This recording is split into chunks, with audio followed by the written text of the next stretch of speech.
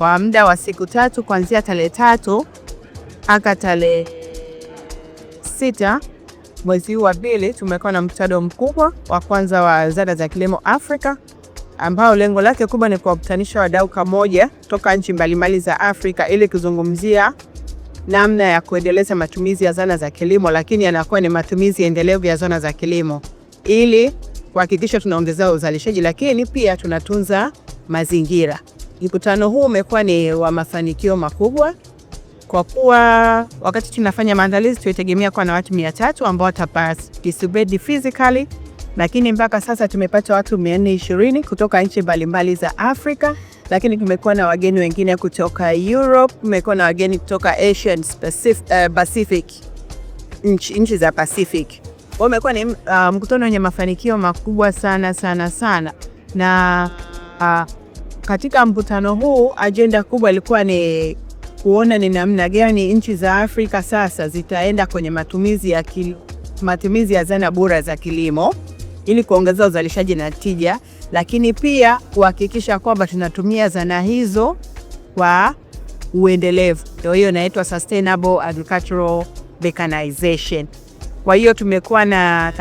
mazungumzo mbalimbali kuna namna gani nchi za Afrika kwa ujumla wetu tutaendeleza matumizi ya zana za kilimo na mikakati ambayo tutaitumia kuhakikisha kweli tunatukana na zana duni na kwenda kwenye zana bora na za kisasa za kilimo ili kufanya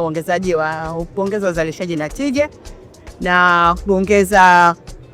matumizi. Tunajua Afrika ni bara kubwa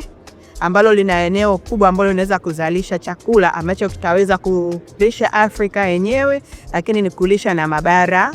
mengine. Kwa hiyo mkutano huu umekuwa ni mkutano wa muhimu sana kwa nchi zote za Afrika, hata sisi kwetu Tanzania, ili kuona namna gani tunaweka mikakati ya kuendeleza matumizi ya zana za kilimo ili kujiimarisha kwenye chakula chetu cha ndani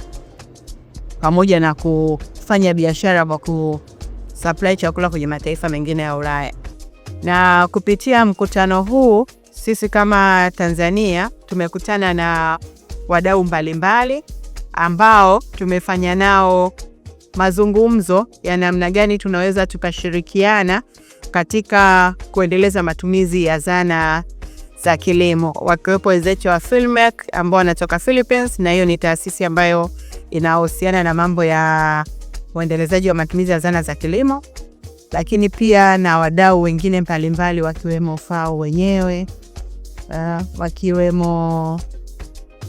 kwa kweli siwezi kumention vitu vyote, lakini tumekutana na wadau mbalimbali na tumeweka mikakati mingi. Lakini yote kwa yote sisi kama serikali kupitia